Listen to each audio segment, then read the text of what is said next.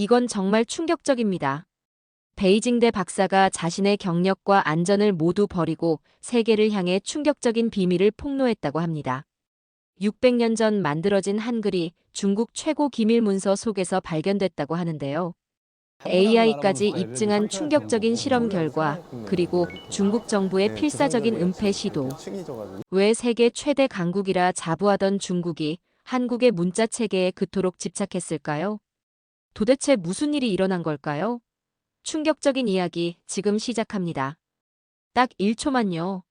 좋아요와 구독 꾹 부탁드립니다. 중국 교육부에서 막 발간한 2024년 보고서 한 부가 책상 위에 놓여 있었습니다. 붉은 형광펜으로 밑줄 그어진 문장 하나가 제 시선을 붙잡았죠. 병음 학습자의 67%가 성조를 구분하지 못한다.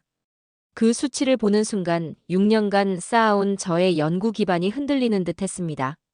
베이징 대학교 언어학과 연구실 창문으로 들어오는 햇살이 그 보고서를 비추고 있었죠. 저는 베이징 대학교 언어학 박사과정에서 중국 병음 체계를 연구하고 있는 리즈하우입니다. 중국 최고 학부에서 공부한다는 자부심으로 지금까지 달려왔죠. 병음은 중국어 발음을 라틴 알파벳으로 표기하는 체계입니다. 그리고 저는 오랫동안 그것이 완벽하다고 믿어 의심치 않았죠. 연구실 한켠에 쌓인 작년 실험 자료를 다시 들춰보았습니다. 2023년 베이징대 실험에 따르면 병음 단어의 의미 오인율은 무려 42%에 달했습니다. 거의 절반에 가까운 오류율이죠. 숫자를 바라보는 제 손이 떨렸습니다. 과학자로서 이 결과를 무시할 수는 없었죠. 데이터는 결코 거짓말을 하지 않으니까요. 우리는 아직 정확한 문자를 갖고 있지 않다. 학부 시절 스승이셨던 장 교수님의 말씀이 문득 떠올랐습니다. 그땐 앞으로 더 발전할 수 있다는 의미로 받아들였죠. 하지만 지금 이 순간 그 말은 전혀 다른 의미로 다가왔습니다. 정확하지 않다는 건 곧 결함이 있다는 뜻이었죠. 저는 서가에서 ISO 7098 국제표준 문서를 꺼내 펼쳤습니다. 병음은 단어 경계를 명확히 하지 못한다. 국제 기준에도 명시된 병음의 한계였죠.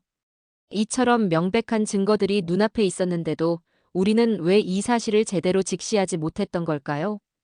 다시 책상 앞으로 돌아와 컴퓨터 화면을 응시했습니다. 병음으로는 그는 내 친구다인지 그녀는 내 친구다인지조차 구분할 수 없었고 성조를 추가하더라도 혼란은 여전했죠. 이 모호함은 결국 언어체계 전체에 영향을 미치고 있었습니다. 창밖으로는 베이징 도심의 번화가가 보였습니다. 수많은 간판과 광고들 속에 한자와 병음이 뒤섞여 있었죠. 우리가 매일 마주하는 이 문자들이 사실은 완전하지 않다는 걸 인정하는 일은 생각보다 더 어려운 일이었습니다. 특히 베이징대 출신으로서 그건 민족적 자부심을 흔드는 일이었죠. 하지만 과학자는 언제나 진실 앞에 겸손해야 하죠. 데이터가 드러낸 한계를 외면하는 순간 그것은 더 이상 과학이 아니니까요. 그날 저는 문자 체계를 바라보는 시선을 바꾸기 시작했습니다. 병음의 문제는 단순한 학습 효율의 문제가 아니었습니다. 그건 언어 체계 자체의 한계였죠. 그날 밤 저는 병음 체계의 그림자가 드리운 미로 속에서 출구를 찾아 헤매기 시작했습니다. 베이징 중국과학원 도서관의 깊숙한 서가 사이를 헤매고 있었습니다. 먼지가 소복이 쌓인 자료실 한켠에서 1982년판 민족문자개발백서를 발견했죠. 페이지를 넘기던 중 한 문장이 제 시선을 붙잡았습니다. 훈민정음의 음소 배열 원리 분석이라는 제목이었습니다. 병음 체계의 한계를 확인한 뒤 더 깊은 진실을 찾기 위해 자료를 뒤지던 중 발견한 충격적인 내용이었죠.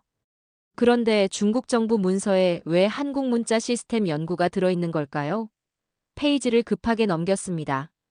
거기엔 한글 자모의 구조적 원리, 그리고 음소를 정확히 표현하는 방식에 대한 분석이 상세히 담겨 있었습니다. 심지어 이 연구는 1960년대부터 시작되었다는 기록까지 있었죠. 의심은 현실이 됐습니다. 중국은 오래전부터 한글을 연구해왔던 것이었죠. 하지만 왜 지금껏 이를 공개적으로 인정하지 않았을까요? 더 많은 증거가 필요했습니다. 다음 날 동북지역 민족문헌 섹션으로 향했습니다. 옌벤 대학 내부 보고서들을 찾았고 1997년 문서에서 다시금 충격적인 문장을 읽게 됐죠. 조선족 학교의 한글 교과서가 한자 병음화에 구조적 영향을 줬다. 병음 체계가 한글에 영향을 받았다는 공식적 인정이나 다름없는 문장이었습니다. 도서관을 나와 연구실로 돌아오는 길, 머릿속이 복잡했습니다. 우리가 알고 있던 역사와 전혀 다른 이야기였습니다. 병음 체계는 순수한 중국의 창조물이 아니었습니다. 적어도 일부는 한글에서 영감을 받은 것이었죠. 연구실에 도착해 학술 데이터베이스를 검색했습니다. 2024년 칭화대 AI 연구소가 출원한 특허를 발견했죠. 한글 자모 조합 원리를 기반으로 한 중국어 음성인식 특허였습니다. 현대 기술 개발에도 한글 원리가 활용되고 있던 겁니다. 창가에 서서 베이징 도심을 바라보며 생각했습니다. 수십 년간 병음이 최고의 표기 시스템이라 믿어왔습니다. 하지만 진실은 달랐습니다. 중국이 연구한 건 병음이 아니라 한글이었나? 이 질문이 머릿속을 맴돌았죠. 베이징대 출신으로서 민족적 자부심이 흔들렸습니다.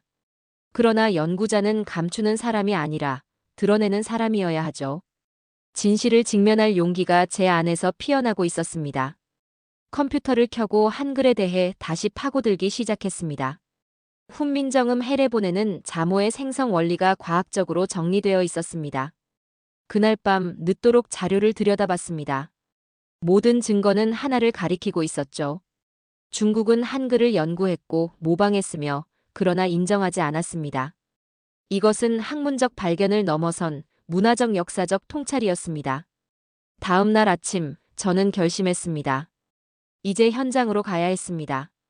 조선족이 살고 있는 연변 지역으로 향했죠. 연변의 하늘은 베이징과 달랐습니다. 더 푸르고 더 맑았죠. 하지만 그 아래에서 벌어지는 현실은 결코 맑지 않았습니다. 연변대학교 주변 거리를 걸으며 간판을 살펴봤습니다. 과거 사진 속에선 익숙했던 한글 간판들이 대부분 사라지고 중국어 간판으로 대체돼 있었습니다. 조선족 밀집 지역인 연길시의 한 초등학교를 방문했습니다.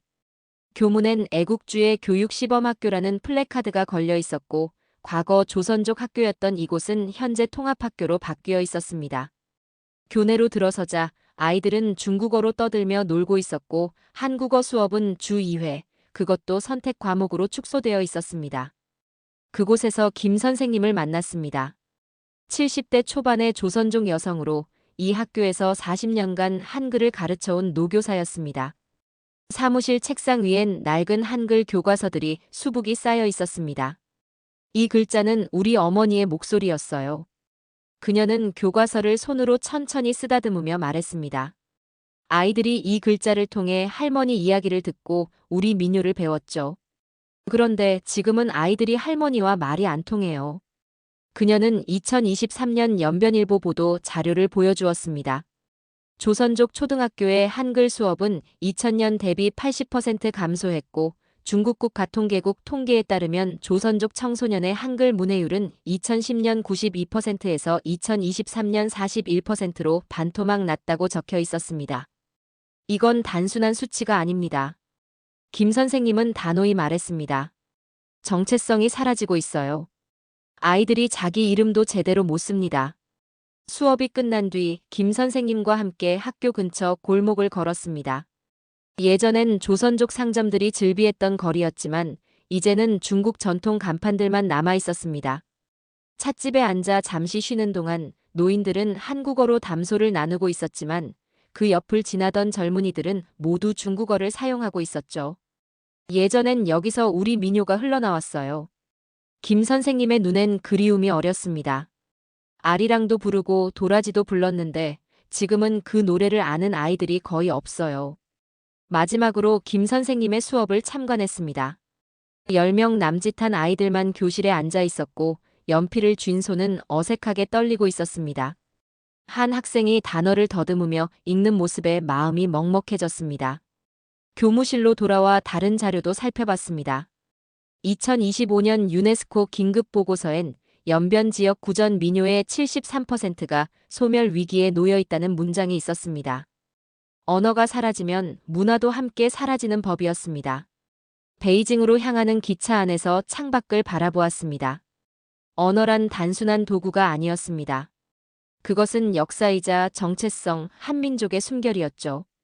조선족의 침묵은 수치가 아니라 삶 그 자체였습니다. 언어학자에게 이것은 더 이상 연구의 대상이 아니었습니다. 그것은 생존의 문제였습니다.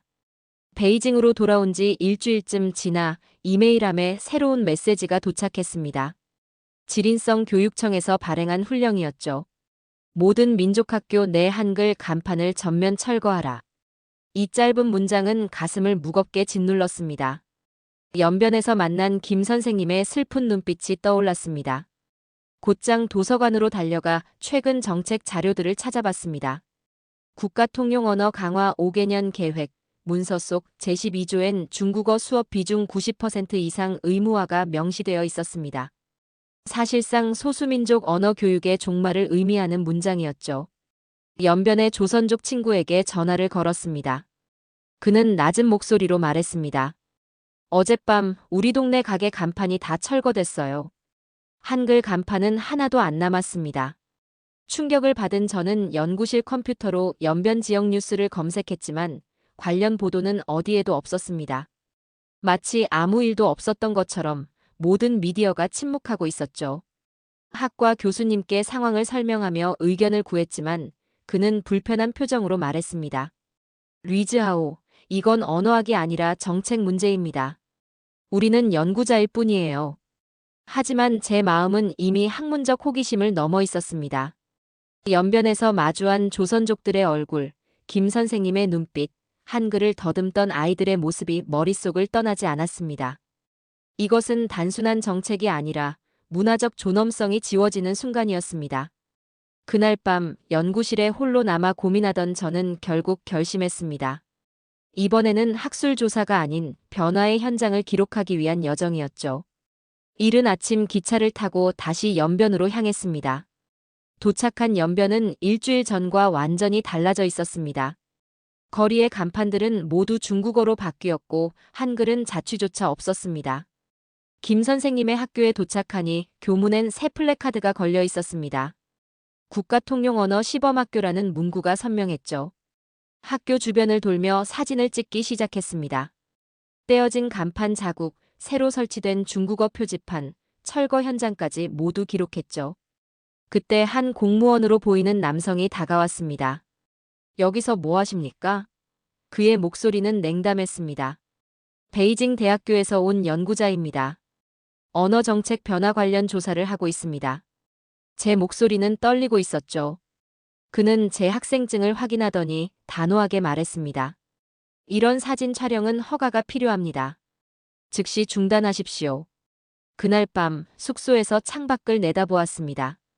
어둠 속에서도 간판 철거 작업은 계속되고 있었죠. 작업자들이 한글 간판을 떼어내는 모습이 어렴풋이 보였습니다. 밤중에 역사가 지워지고 있다는 생각이 들었습니다. 한글을 지운다는 건 그들의 기억을 지우는 겁니다. 김 선생님의 말이 다시 떠올랐습니다. 창가에 앉아 조용히 노트에 기록을 남겼습니다. 이제 저에게 이 일은 단순한 연구가 아니었습니다. 이것은 역사와의 싸움이었습니다. 언어는 정치가 되었고 진실은 침묵을 강요받고 있었죠. 하지만 저는 그 침묵을 기록하기로 결심했습니다. 때로는 기록하는 것 자체가 가장 조용한 저항이 될 수 있으니까요. 베이징으로 돌아온 후 저는 큰 결심을 했습니다. 한글에 대해 더 깊이 이해해야겠다고 생각했죠. 마침 베이징에서 국제언어학회가 열린다는 소식을 들었습니다. 전 세계 언어학자들이 모이는 자리였고 그중엔 한국 연구자들도 있을 거라 기대했습니다. 학회장에 도착하자 다양한 국적의 학자들이 활발히 토론하고 있었습니다. 프로그램을 살펴보니 한글의 음성학적 우수성이라는 세션이 눈에 띄었죠. 발표자는 서울대학교의 박정아 교수였습니다. 저는 망설이지 않고 그 세션으로 향했습니다.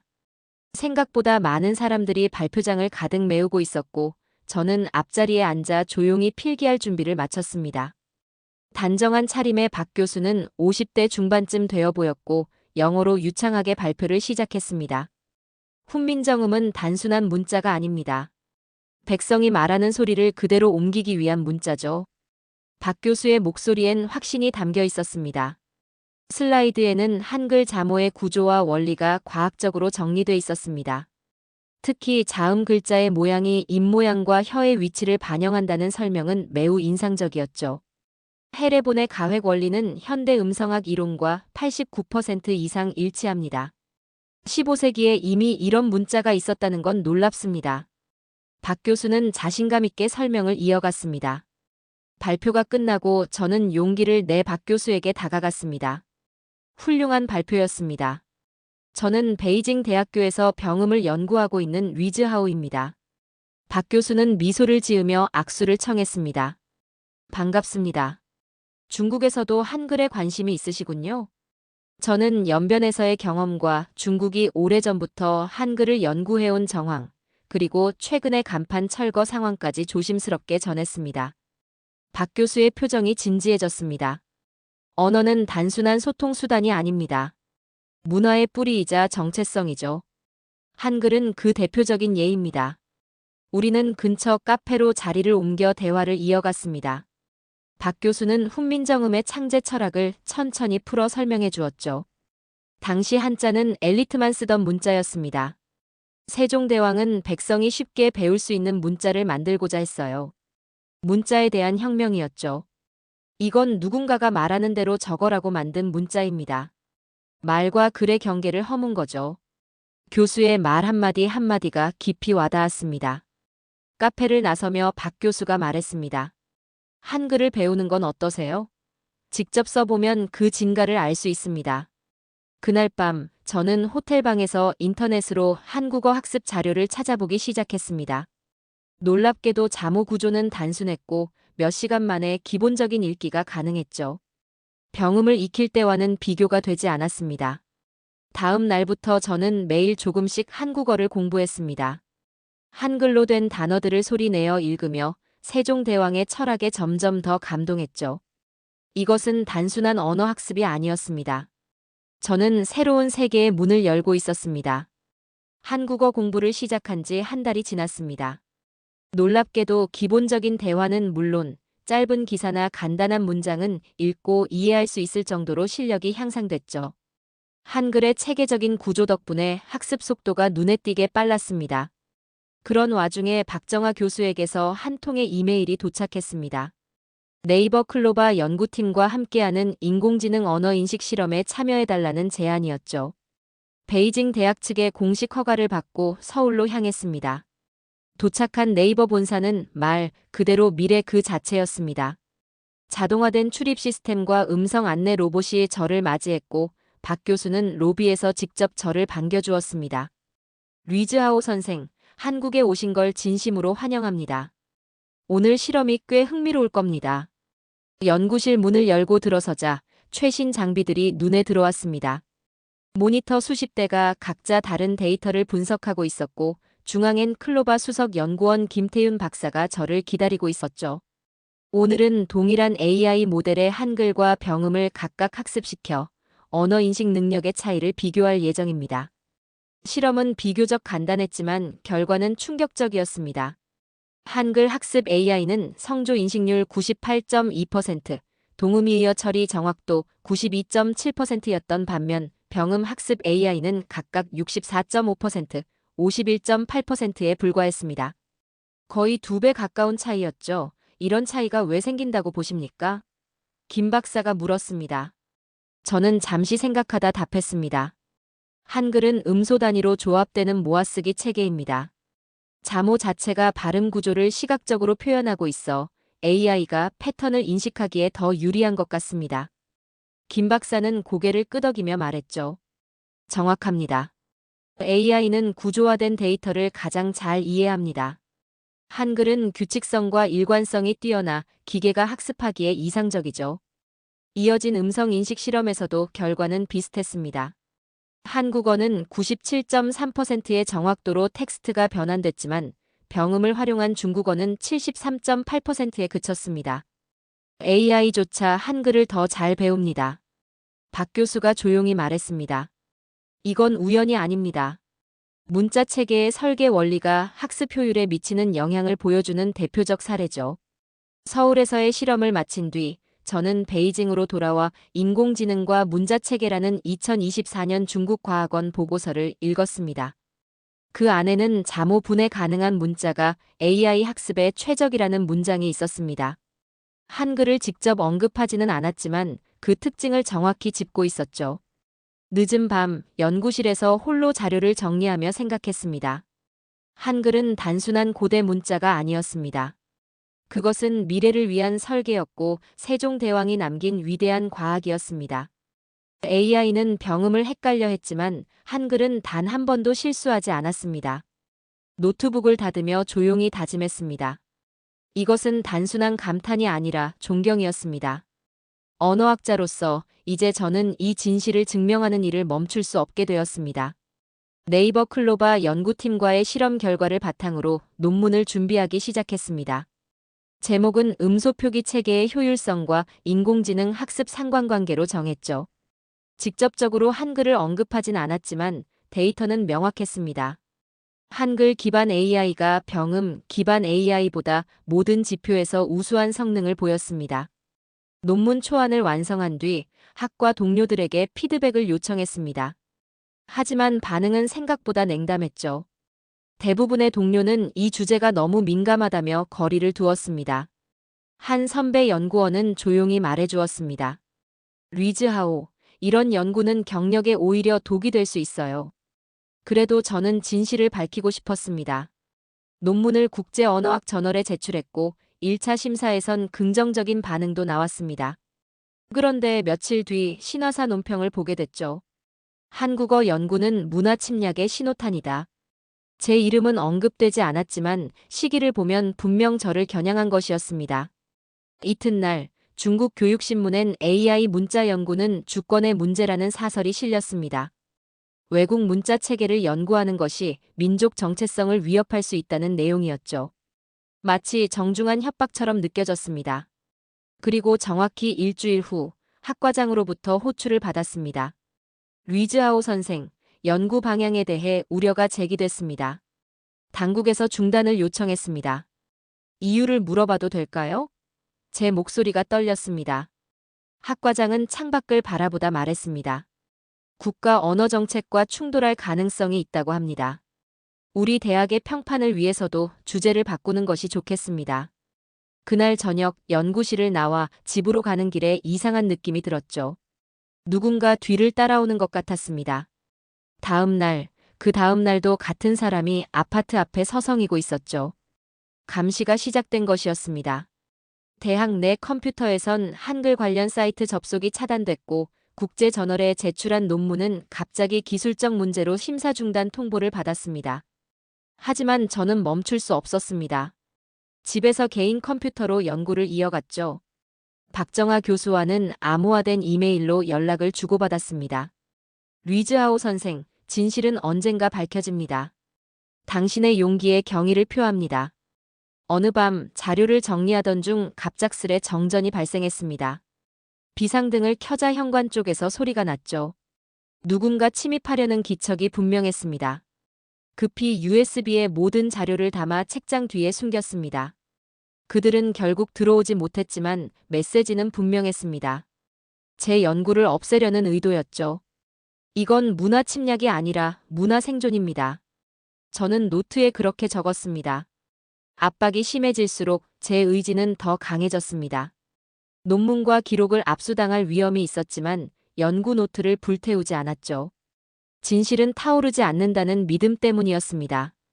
그리고 마침내 결심했습니다. 이 이야기를 세계에 알리는 것이었죠. 국제언어학회에서 공개 발표할 기회를 찾기로 했습니다. 체제의 일부가 아닌 진실의 편에 서야 한다고 믿었기 때문입니다. 준비는 완벽했습니다. 2달간 숨죽이며 계획을 세웠죠. 국제언어학회가 프랑스 파리에서 열린다는 소식을 들었을 때 이번이 마지막 기회라고 생각했습니다. 베이징 공항에서 출국 심사를 통과할 때까지 가슴이 뛰었습니다. 저를 막으려 할 거라 예상했지만 다행히 아무 일도 없었습니다. 파리에 도착한 후 박정아 교수를 만났습니다. 그는 제 상황을 이해하며 조용히 말했습니다. 이번 학회에 특별 세션을 마련했습니다. 리즈하오 선생이 마음껏 발표할 수 있는 자리입니다. 학회장에는 전 세계에서 모인 600여 명의 언어학자들이 가득했습니다. 발표 순서가 다가오자 긴장감이 극에 달했죠. 드디어 제 이름이 호명됐고 단상에 올라 청중을 바라보았습니다. 그 순간 모든 두려움이 사라졌습니다. 존경하는 학자 여러분, 오늘 저는 중국인 언어학자로서 가장 어려운 고백을 하려 합니다. 목소리는 떨렸지만 의지는 분명했습니다. 병음은 소리를 담지 못합니다. 중국어 표기의 미래는 한글의 원리를 배워야 가능합니다. 청중 속에서 웅성거림이 일었고 저는 준비한 자료를 하나씩 공개했습니다. 중국의 한글 연구 역사, 인공지능 학습 효율 비교, 연변의 한글 말살 정책까지 모든 걸 밝혔습니다. 언어는 단순한 도구가 아닙니다. 그것은 문화의 정체성이며 인류의 자산입니다. 한글은 그 가치를 증명한 문자죠. 발표가 끝나자 기자들이 몰려와 질문을 쏟아냈습니다. 귀국 후 불이익은 없을까요? 중국 정부의 입장은 어떤가요? 저는 차분하게 대답했습니다. 저는 진실을 말했을 뿐입니다. 과학자는 데이터가 말하는 것을 따를 뿐이죠. 결과는 모르지만 진실은 언젠가 승리합니다. 다음 날, 제 발표는 세계 언론에 보도됐습니다. 중국 언어학자, 한글 연구 폭로, 문자 전쟁의 진실, 병음의 한계, 한글의 우수성 같은 제목이 신문을 장식했죠. 예상대로 중국 당국의 반응은 즉각적이었습니다. 베이징 대학은 성명을 통해 저와의 관계를 단절한다고 발표했습니다. 하지만 더 중요한 일이 일어났습니다. 유엔 인권이사회는 소수민족 언어권리 보장 결의안을 채택했죠. 이름은 없었지만 모두가 그 대상이 누구인지 알고 있었습니다. 망명을 고민하던 어느 날 연변 지역의 조선족 학교에서 한글 수업이 재개됐다는 소식을 들었습니다. 작지만 분명한 희망의 신호였죠. 세계 언어학회 폐회식에서 마지막 연설을 맡게 됐습니다. 단상에 서자 수백 명의 학자들이 조용히 제 말을 기다렸습니다. 중국도 한글을 연구했습니다. 그러나 한국은 그 한글을 지켜냈습니다. 이제 우리도 배워야 합니다. 지키는 용기를 말이죠. 제 목소리는 흔들림 없이 회의장에 울려 퍼졌습니다. 이것이 저의 마지막 고백이자 진실을 향한 맹세였습니다. 자, 오늘의 이야기는 여기까지입니다. 오늘 우리는 중국이 60년 넘게 한글을 연구해왔던 충격적인 진실과 그것을 세상에 알린 한 용기 있는 학자의 여정을 함께했습니다. 세종대왕이 600년 전 창제한 한글의 과학적 우수성이 21세기 인공지능 시대에도 빛을 발하며 언어의 경계를 넘어 인류 공통의 문화유산으로 인정받는 놀라운 순간을 목격했습니다. 진정한 학문의 가치는 국경이나 이념의 벽을 넘어 진실을 추구하는 용기에서 비롯된다는 것을 위즈하우의 이야기를 통해 다시 한번 깨닫게 됩니다. 앞으로도 세계가 주목하는 한글의 가치와 그 영향력에 관한 새로운 이야기로 찾아뵙겠습니다. 오늘도 끝까지 함께 해주셔서 감사합니다. 재미있게 보셨다면 구독과 좋아요로 응원해주세요. 다음에도 따뜻한 이야기로 찾아뵙겠습니다. 감사합니다.